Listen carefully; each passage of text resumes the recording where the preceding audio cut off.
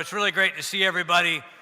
Every time that I get a chance to come to one of these things, it just feels like a family reunion of all the folks that we've served with that are now out of the service and in other roles, and then all the folks that we continue to serve with. So it is just really great to see everybody tonight. So thank you so much for being here. I think, as General Schroeder said, this is the 20th year of doing the ground dinner, and this really has been an amazing venue for us to kind of come together as a community and share these awards and share excellence performed by all these Marines. This is all obviously supported by the Marine Corps Association and supported by our industry partners. So again, thank you for being here and thank you for what you do in supporting our Marines. I would like to thank the team at PP&O that kind of put this together. I have a small staff of folks that kind of came together and coordinated all this stuff. So I would like to recognize Lieutenant Colonel Turner, Lieutenant Colonel Mullen, Mr. Colligan, Major McCabe, and Captain Berger. Thank you for what you did. If I could get a round of applause for that team. So.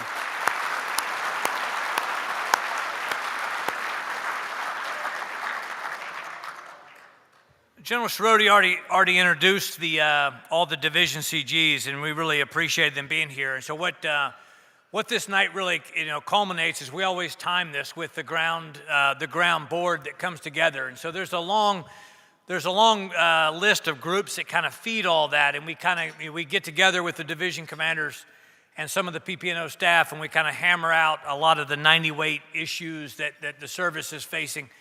And so it was a productive week as we wrestled with those really difficult issues as we start to face the challenges that we face. Another thing that we did this year that was new is we did a service level rifle squad competition for the first time in many years, I think about 20. What we had typically done was all the divisions would do their own rifle squad competitions, and then those squads would come to the ground dinner similar to tonight. But what we did this year different was we held a squad competition at Quantico with all the divisions competing against each other.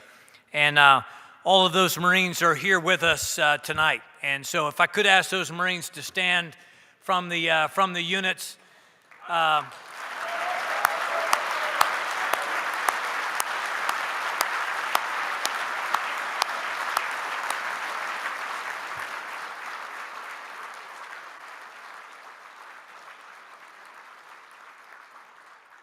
So I would like to congratulate the winning squad from 1-8.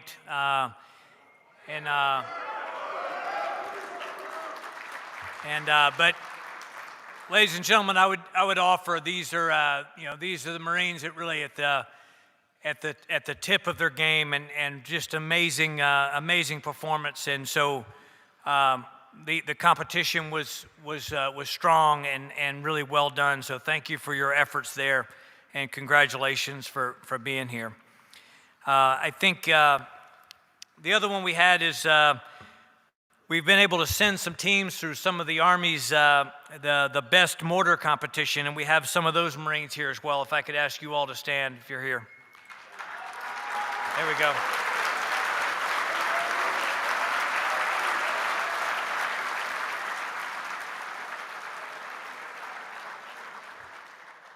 We had a number of teams compete, and the team that also won was from 1-8 as well. So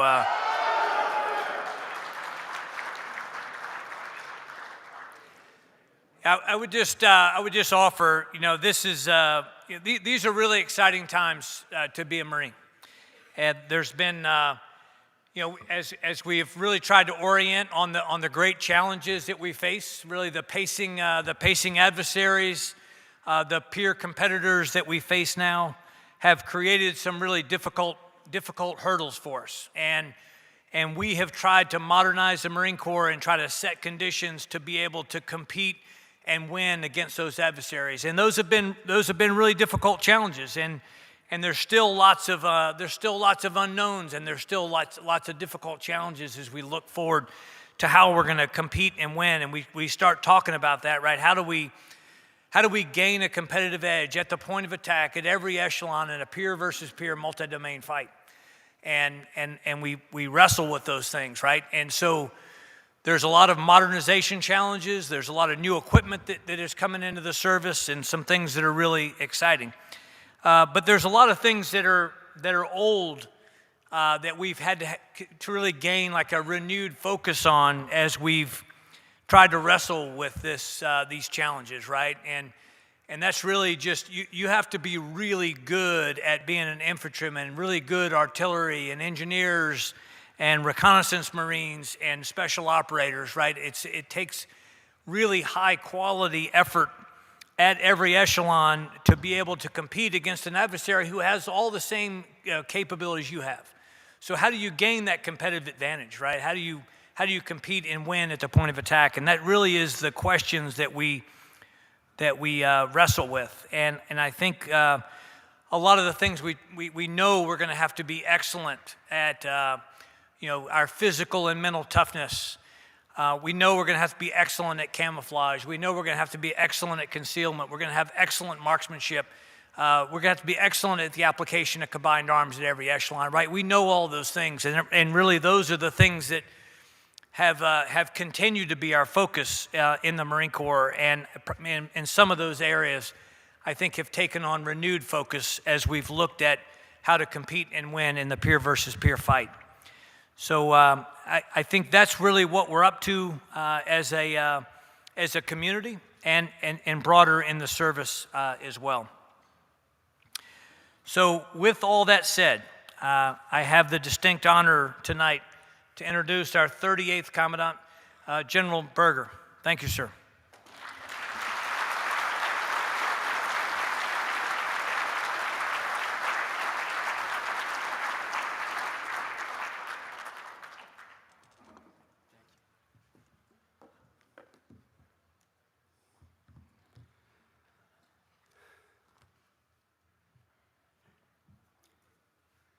First of all, good evening, and thank you for allowing me to be in the room with you this evening.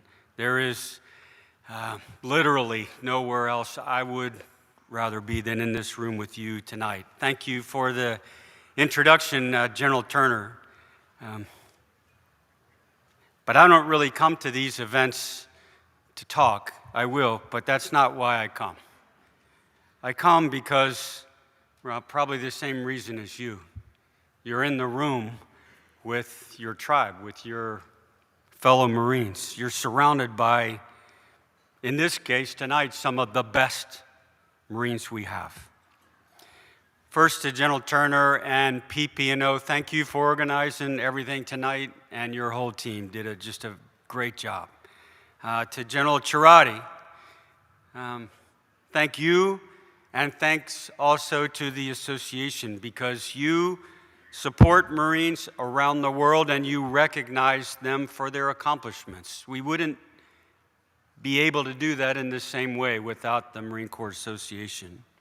And you'll hear some of it later, but if you read the citations for the awards tonight, the winners each year, for someone like me who comes to these every year, it's like eye-watering, and tonight it's no different. If you've been to a Marine Corps Association dinner recently, this is normally where General Cirati and I kind of start our routine about bald people, and we make jokes about each other. I'm not going to do that tonight because it's a really special evening. I'll save that for later at the after party, which is at his room, and everybody's invited tonight later on for that.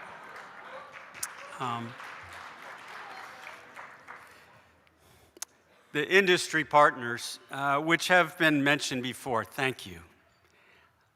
I don't know that before I came to Quantico and then as Commandant, I really understood what industry partners, the relationship that they have with the Marine Corps. I'll just say that what you do makes us the most lethal organization on earth, hands down.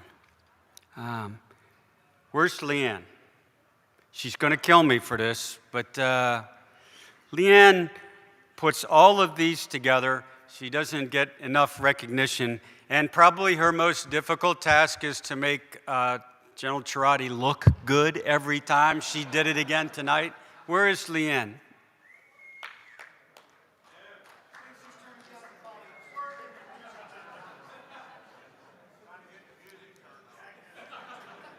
Tell her thank you. The awards given tonight, when you listen, like you and I will, they're named for some of the titans in our Corps' history.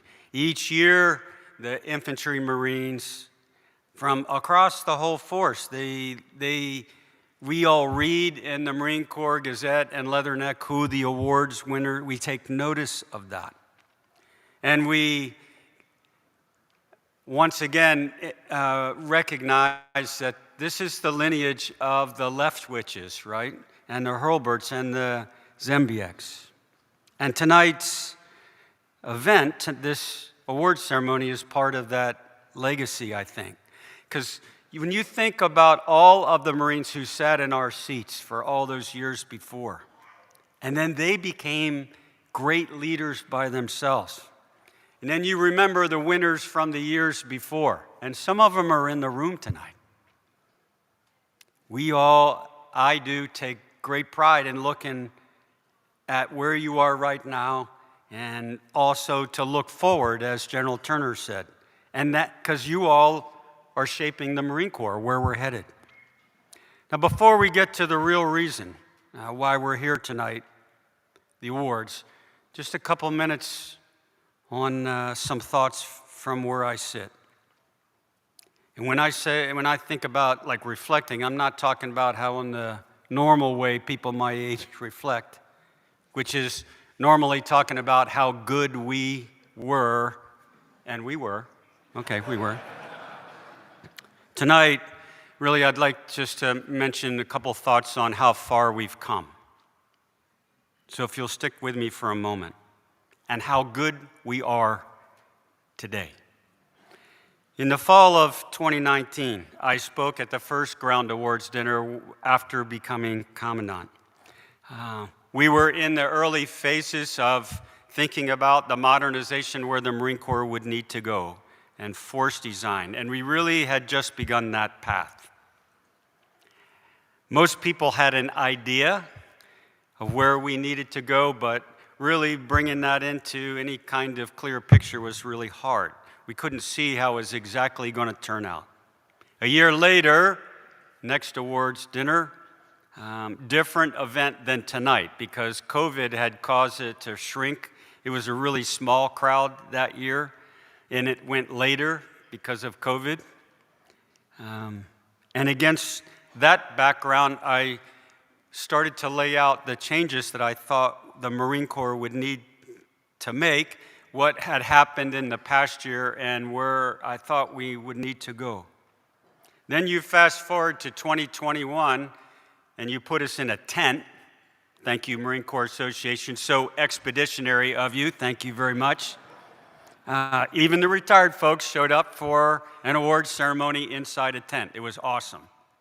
And at that time, the 3rd Marine Littoral Regiment was just forming out in Hawaii. And we were starting then to think more and more and more about how we needed to modernize training to compete in what would be a very different future operating environment. And then by the time of last year's dinner, we were realizing, because it was in our face, just how different the future was going to be. Because at that time, if you remember, Russia had just invaded Ukraine. And beyond most people's expectations, if you remember back March, April timeframe last year, all the predictions were that Ukraine was not going to hold on more than a week or 10 days. And it still is, 14 months into it. Why do I mention that? Because I think in addition to reminding us of the power of allies and NATO and partners, I think the Ukrainians and the Ukrainian militaries are basically putting on a master's class in how to adapt. And actually, if you watch it, this is distributed warfare, what they're doing. And I think a lot of those lessons learned that we're watching and trying to draw in, they're going to help, they're going to inform where we're headed. So when you look back, 2019 to now, I think it's pretty exciting about how far the Marine Corps has moved and the speed. The pace of change from where I sit is faster than at any time in my 42 years serving as a Marine. But Marines, faced with that speed of accelerated change around the world, I think, not surprisingly, have done exactly what they needed to do, because adapting is really in our DNA. It's a difficult process, to be sure, adapting at speed. But in my opinion, and I am biased, no other organization I know of does it anywhere near as good as the Marine Corps for 200 years. But even still, it's important occasionally to take a pause every once in a while and ensure that you're doing the right things in the right way. It's also important to look back where you began, figure out what we got wrong, what I got wrong, and I did. I can tell you without a doubt that if I had to rewind the clock, start it all over again, 2019, I would talk a lot more about what was not going to change, just as General Turner told us. Because what has not changed, what will not change, is the most important weapon that we have, the individual Marine. I believe in my soul that we are different. So I have no doubt in my mind that when an ambassador calls or a combatant commander calls, the Secretary of Defense turns to us, the Joint Chiefs. When the adversary hears that Marines are coming, they all know exactly what they're going to get. They'll be getting a weapon forged in Parris Island or San Diego or Quantico. They'll be getting a problem solver who's been tested and hardened farther than they thought. They'll be getting a leader that no matter what rank, knows how to lead. Most of all, they know they're going to get someone who will not quit, will not fail. How do I know that? Look around the room. Look at your table, look at the other tables. These are our very best Marines. They're the best our ground community has. We have a Marine from each division in the room with us who stands out from the ranks of thousands in each of those 4 divisions because they saw a problem and they attacked it. They're not colonels, they're not generals, they're non-commissioned officers, one from each division. They make a difference every single day. We have raiders in the room, Marines who wanted to test the very limits of mind and body, who have taken the fight to enemies that you and me will never know about, who stood next to some of our closest allies and partners on missions that will never be published. And they don't do it for credit. Those raiders don't do it for glory. They do it because there was a need that only they could meet. We have company-grade officers here with us tonight, leaders of their generation who could be making so much more money on Wall Street or a Fortune 500 company, far more than we could ever pay them. And instead, they're here. They're here having dinner with us, and they're back in the divisions. They're giving up so much more than most people will ever know about. This is what gives me so much confidence that we can move forward boldly into that kind of uncertain, unstable world. And that no matter the odds, we will win. You will win, because that's what Marines do. My victory, as a commandant, my victory is to be able to stand in this room someday, 5 to 10 years from now, and say, I was there. I remember handing that award to that Marine. Best day of my career. You saw 4 super squads worth of Marines stand up. First time in 20 years. We brought them from all over the Corps to compete against each other, to raise the bar higher. Here in Quantico, they tested themselves, pushed each other to the limit. Tough, realistic training for 72 straight hours. Pushed them to the limits. None of them gave up. You would not expect them to. Because they all wanted to win in the ways that most people will never understand. Because that's what Marines do. We win. It's what Marines like you did in Fallujah. It's why Marines in Khe Sanh held on so much longer than anybody thought they could. That's how the Marines pulled back from Chosin Reservoir. They raised the flag on Suribachi. Later this month, Sergeant Major Black and I will go to Belleau Wood. Some of you all have been there before. You know what I'll see there? I'm not going to see any ghosts. Not going to see any memories. I think we'll look into those woods and we'll see the faces of Marines that look just like the faces in this room. And they'll be looking back at me. They'll be standing there next to familiar names like Gunnar Hurlburt and Dan Daly, but make no mistake, I think the rest of the faces will look just like the faces in this room.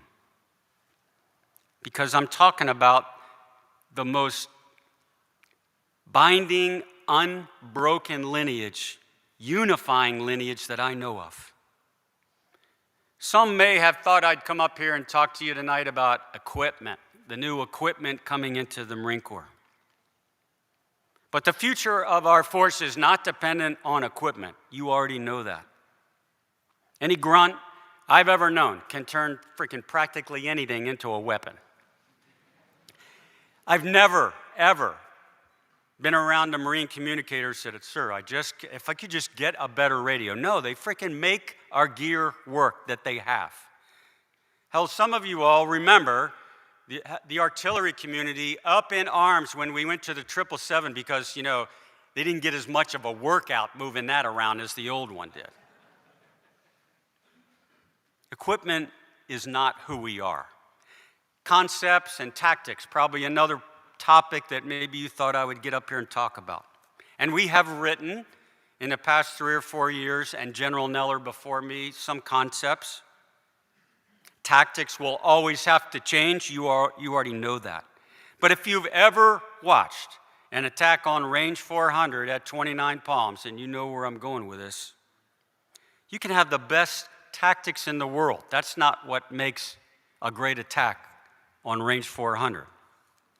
It's the Marines. It is a thing of beauty when it works right. Our concepts are just concepts. It's the Marines in the fleet who make them a reality. Even the battlefields change, right? Jungles and deserts and mountains and beaches. No Marine that I know of has ever changed who they were because of the battlefield that they stepped onto. But you can be damn sure that once they stepped onto that battlefield, they owned that battlefield as a Marine. You can be equally sure, you and I, equally confident that the adversary they faced, they sensed a change when they had Marines to face up against. And the change in the winds was not going to be in their favor. Not one battlefield I mentioned, not one battlefield we have yet to stand on, is ever the same after Marines fight there. That's why we're here. That's why we're here tonight. That's why we're celebrating at dinner.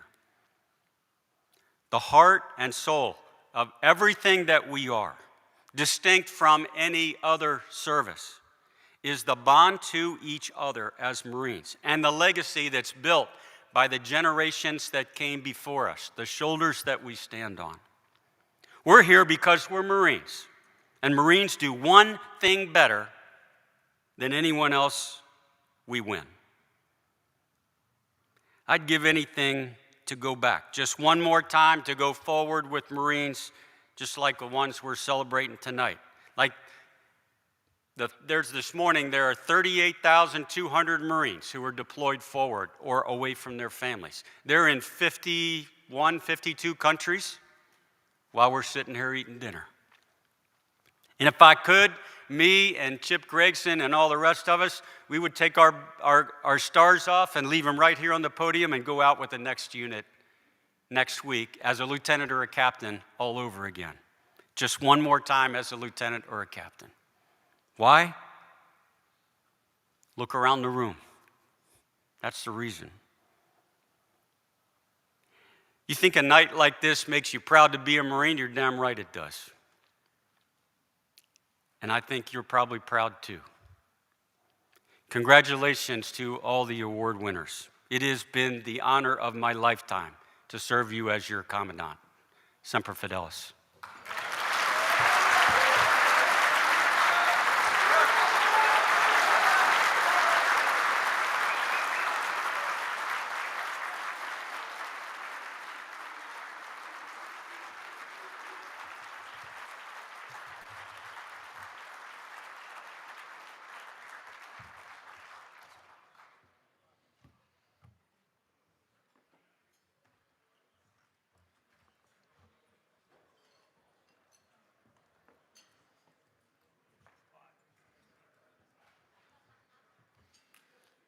Ladies and gentlemen, once again, welcome to the 20th Annual Ground Awards Dinner, where we will recognize the superb performance of Marines from the 4 Marine Divisions and Marine Corps Forces Special Operations Command. Once again, we'd like to recognize the very special contributions and support of our award recipients' families and the families of all of our Marines. Without their support, the exemplary performance of their Marines would not have been possible. May I have the friends and families of our award winners here tonight once again please stand, and would you all please join me in a round of applause.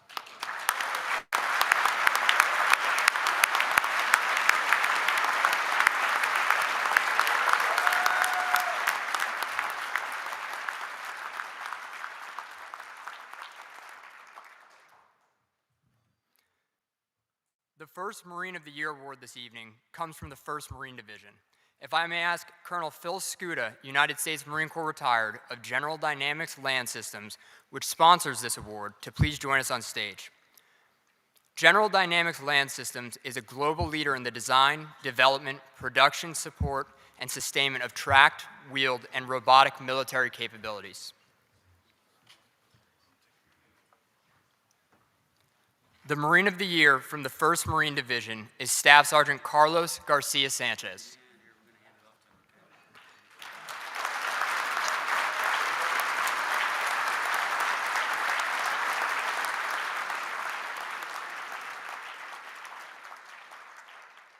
Staff Sergeant Garcia Sanchez serves as Platoon Sergeant, 2nd Platoon, Gulf Company, Battalion Landing Team 2-4. A superior performer, he was the only sergeant to graduate Infantry Unit Leaders Course and earn the 0369 MOS during fiscal year 2022. During Exercise Iron Fist 2022, he was handpicked to mentor the Japanese Ground Self-Defense Forces. His commitment to mission and his Marines are well-deserving of recognition as the 1st Marine Division Marine of the Year. Staff Sergeant Garcia Sanchez is joined this evening by his father, Alfredo Garcia.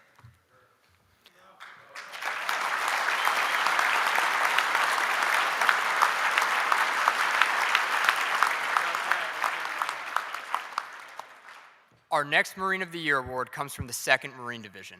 If I may ask Garrett Lackalade of BAE Systems, which sponsors this award, to please join us on stage. BAE Systems' wide-ranging products and services cover air, land, and naval forces, as well as advanced electronics, security, information technology, and support services. The 2nd Marine Division Marine of the Year is Corporal Matthew Goen.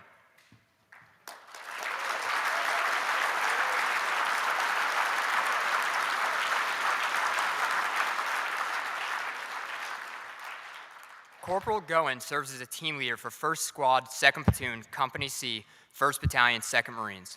Certified on 3 SUAS platforms, he's been critical to integrating and employing cutting-edge technology to enhance his platoon's effectiveness. His professionalism and dedication to improving the Marines around him merit recognition as the 2nd Marine Division Marine of the Year. Corporal Goen is joined this evening by his wife Cassie and his mother Whitney.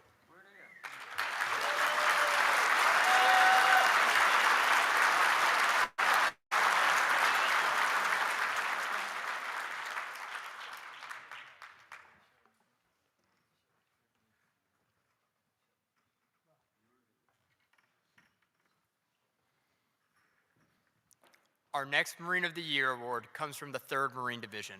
If I may ask Mr. Jeff Roble of L3 Harris, which sponsors this award, to please join us on stage. L3 Harris provides mission-critical solutions to connect, inform, and protect the world.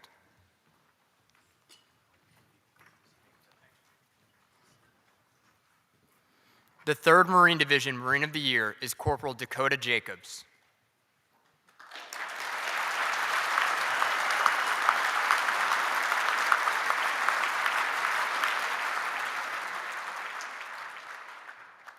Corporal Jacobs serves as a team leader with 2nd Platoon, Company B, 3rd Littoral Combat Team.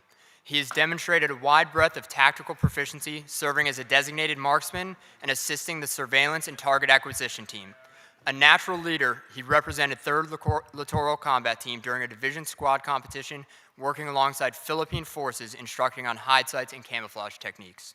Corporal Jacobs' professionalism and unrelenting perseverance merit recognition as the 3rd Marine Division's Marine of the Year. Corporal Jacobs is joined this evening by his wife, Nicole.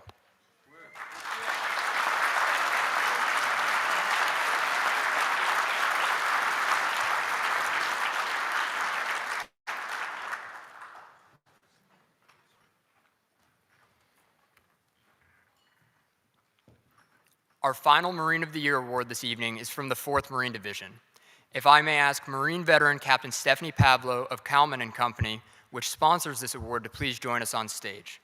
Kalman is a women-owned small business that provides analytical, logistical, engineering, and business case analysis support to the Marine Corps.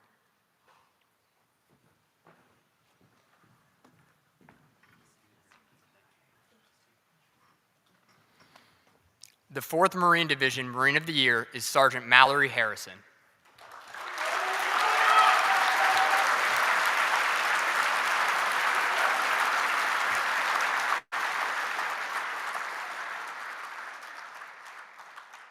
Sergeant Harrison serves as Transmissions Chief and Assistant Maintenance Chief for Communications Company 14th Marine Regiment.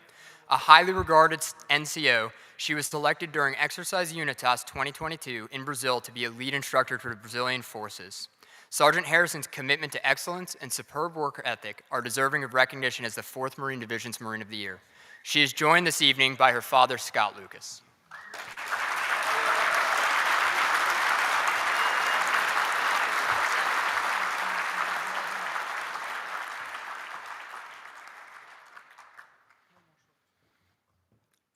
Our next award is the Colonel Justice Marion Jumping Joe Chambers Leadership Award.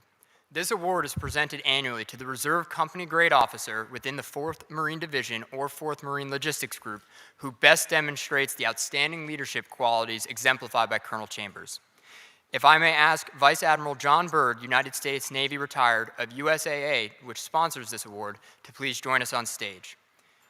USAA is dedicated to serving military members and their families through insurance and by offering more benefits than any other major financial provider.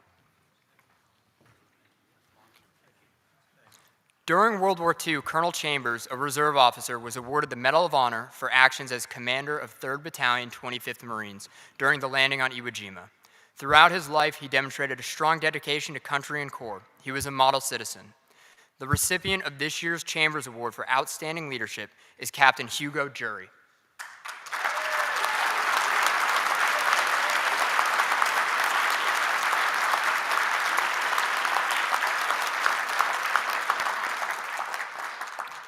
Captain Jury serves as the commanding officer, Bravo Company, 1st Battalion, 23rd Marines.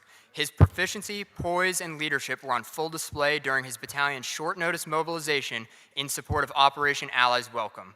Working alongside Army and civilian agencies, his proactiveness and diligence were critical to successfully supporting over 2,300 evacuees. His dynamic leadership and operational effectiveness make him most deserving of recognition as the Chamber's Award recipient. He's joined this evening by his wife, Heather.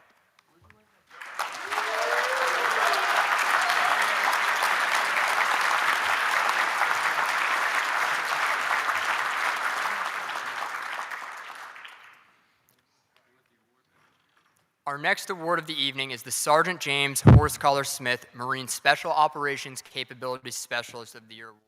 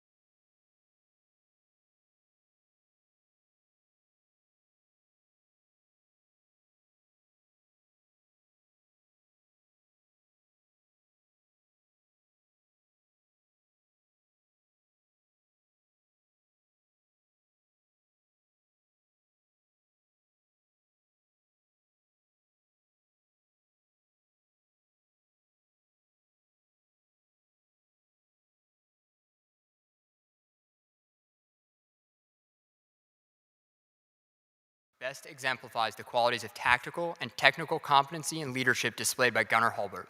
If I may ask Chief Warrant Officer 5 Kevin Goodwin, United States Marine Corps retired of NAMO Defense System, which sponsors this award, to please join us on stage. NAMO is an aerospace and defense group specialized in production of ammunition, rocket mortars, and space applications. Henry Hulbert enlisted in the Marine Corps at the age of 31 in 1898. During a clash with the natives in Samoa in 1899, he held off attackers as a member of small rear guard, enabling wounded men and civilians to reach safety. For his actions, he was awarded the Medal of Honor. In 1917, Sergeant Major Hulbert appeared before an examining board and became the first Marine to don the bursting bomb insignia of a Marine gunner. Then, at 50 years old, he pressed his commanders to be assigned to service in a combat unit, sailing for France with the 5th Marine Regiment. He served in numerous actions with the regiment, including at Bellawood.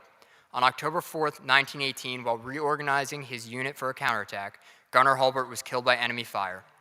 In addition to the Medal of Honor, his personal awards include the Distinguished Service Cross, the Navy Cross, multiple awards of the Purple Heart, and the French Croix de Guerre.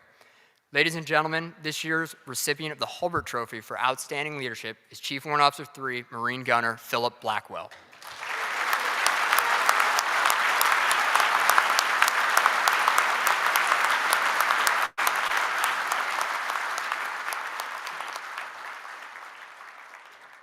Gunner Blackwell serves as the battalion gunner, 1st Battalion, 4th Marine Regiment. Preparing the battalion for deployment as BLT-14, he developed and directly supervised an innovative and demanding new mission package, culminating in non-illuminated live fire execution for all company raid forces, as well as the tactical recovery of aircraft and personnel platoon. Gunner Blackwell's tactical and technical proficiency, engaging leadership, and expertise embody the attributes of a Marine gunner. Ladies and gentlemen, Gunner Blackwell.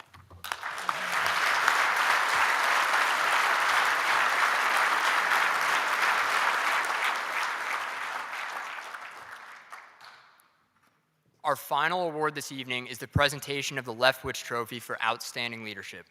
The Leftwich Trophy for Outstanding Leadership is presented annually in memory of Lieutenant Colonel William G. Leftwich, Jr.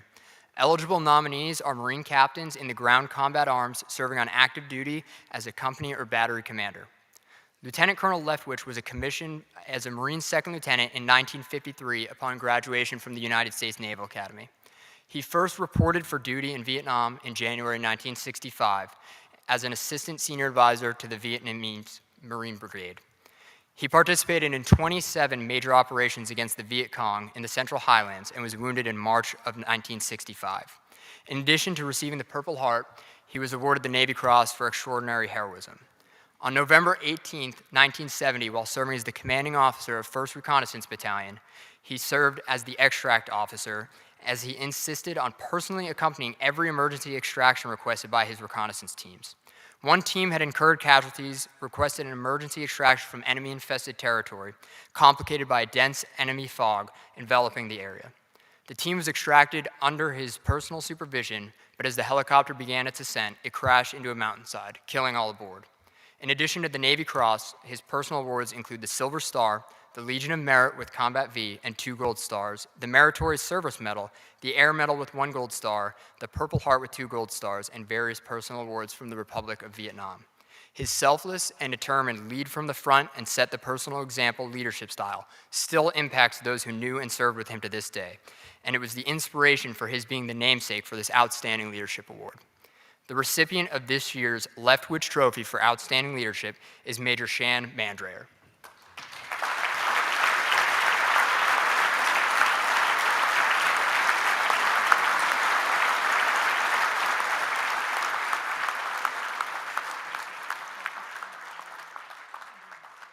Major Mandrayer served as Company Commander, Company G, 2nd Battalion, 4th Marines. In preparation for deployment with the 13th MEU, he worked tirelessly to train his company in both helicopter-borne and amphibious combat vehicle operations. He developed innovative methods to train, employ, and lead his company, successfully executing the first time ACVs supported an infantry company's execution of Range 400 and the first full mission profile ACV raid from ship to shore. He has built a proud and lethal cohesive team. His limitless ability to inspire those around him and devotion to leading them embody the traits of Lieutenant Colonel Leftwich. He is joined this evening by his wife, Lindsay.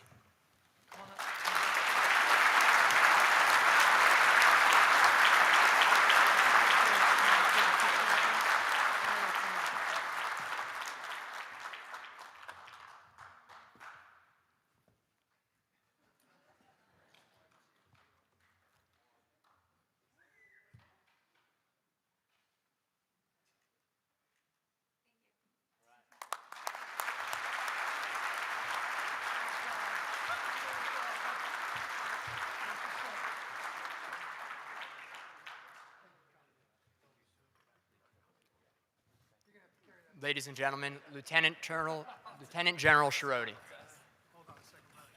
Hey, ladies and gentlemen, if I could, really quick, just a round of applause for the captain. Well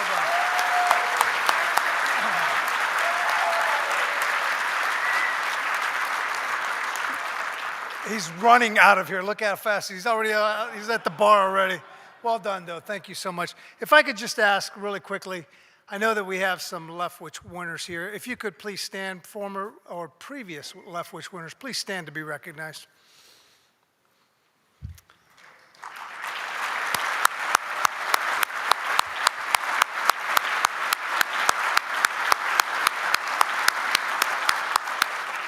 Thank you so much. Ladies and gentlemen, we come to the point of the evening where we end our program, official program. I want to thank you all so much for being here tonight.